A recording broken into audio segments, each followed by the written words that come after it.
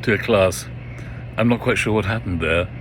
An incoming phone call was announced, and I pressed the button on the left, which I took to be a way of saying, no, not now, please. And the result was that, nevertheless, my little talk was interrupted a little under halfway through. So I was about to address the question of how to achieve closure in a story where you love and yet must surrender the main character to his or her fate. It's difficult. We want to be able to carry the story in our hearts, which in many ways requires us to reimagine and therefore undo the death and departure of the character whom we have loved and go on loving. And in the case of this particular novel, he is a delicious and delightful character. He is full of love, as well as a taste for terrible danger, as embodied in the girl whose charms he cannot resist, despite the fact that her partner is a killer.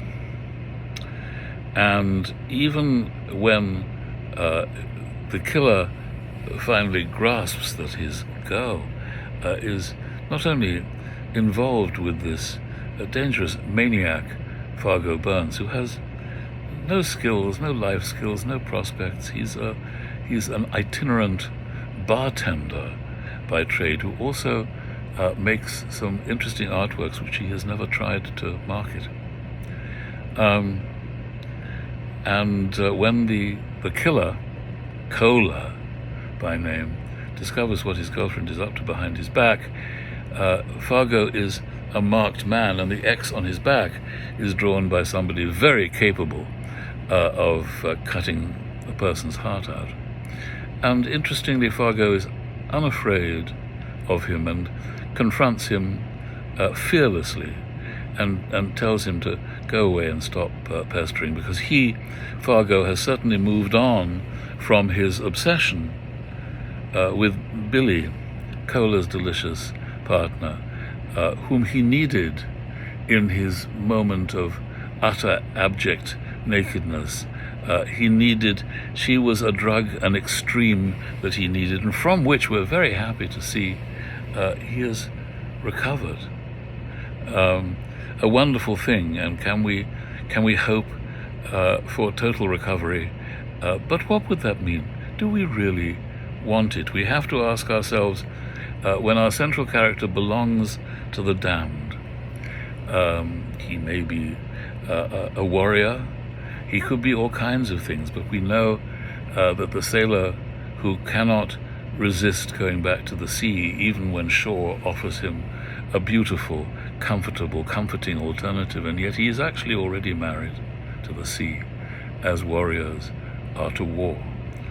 And Fargo himself appears to be married to danger, to violence, which he has experienced from his own father, and an interesting situation that crops up all too often in life, where the mother who could have cherished and nourished him actually is so much in love with the boy's violent father that he gets all her attention. He is, in effect, her baby, and there's no room for Fargo. My own mother used to say how wonderful it was that when her husband, my grandfather, the surgeon, chief surgeon of the Jewish refuge in Berlin, woman's refuge, when the doorbell rang at a certain time and she knew it was him, she would drop my mother and her sisters and dash to the door and not be seen again that evening. And my mother recommended this. She said, "This is wonderful. This is the correct way, and it shows the children where a spouse's priorities should lie, primarily with the other spouse." But of course, and I don't know whether I entirely ever believed that. That was her story, and here's an example in this wonderful novel of how that actually does not always work and can deprive the children, in this case the children of a violent father, although a brilliant man, can deprive the children of the cherishing and the nourishment that they actually need. So, in many ways, Fargo is already wedded to that, and he makes a complete mess of his marriage to Holly, who's been an excellent wife to him, terrifies his children with his doggy madness, but still loves them and sees Holly in a friendly way, and in all kinds of ways has not abandoned sanity, and yet his own madness has to run its course, and it includes the delicious, the ineffable, the ineffable, inevitable too, and irresistible Billy. So then, when he's recovered from this virus that has inhabited him for so long, he's a young man still. He's 30. Then he is free to make a better life, to find a better job. He hates bartending, even though his dearest pal Joey loves it. He would like to find another job, but he has to get Cola, the killer, out of his life, because Cola is afraid that some part of Billy's body, not just her body, but her soul too, is mortgaged to this man Fargo, whoever the hell he is. So when we reach the terrible ending, the terrible confrontation which happens in that magnificent cathedral up on Amsterdam Avenue in New York, where I attended the memorial service for Allen Ginsberg, my erstwhile office mate. We shared an office, by an incredible stroke of good fortune in my life, to share an office with a man who was arguably the greatest American of the 20th century, a great poet and a great activist and a great human being. And we had his memorial service in that magnificent cathedral, which is gigantic and can accommodate a football stadium's size of crowd. So that is where, in that cathedral, although empty of all but Fargo, Cola, and Billy, he meets his end, or does he? And Kostmayer, the author, brings off one of the great double endings of literature. Double endings have an honorable history, and in a book like The French Lieutenant's Woman, a successful novel, as many postmodern authors will, the author says to us, all right, or would you prefer it this way? And makes a sweet mockery of the pseudo-reality of the narrative by saying, but it's not really, I just pushed them off a cliff, but I can bring them back, because I'm the author.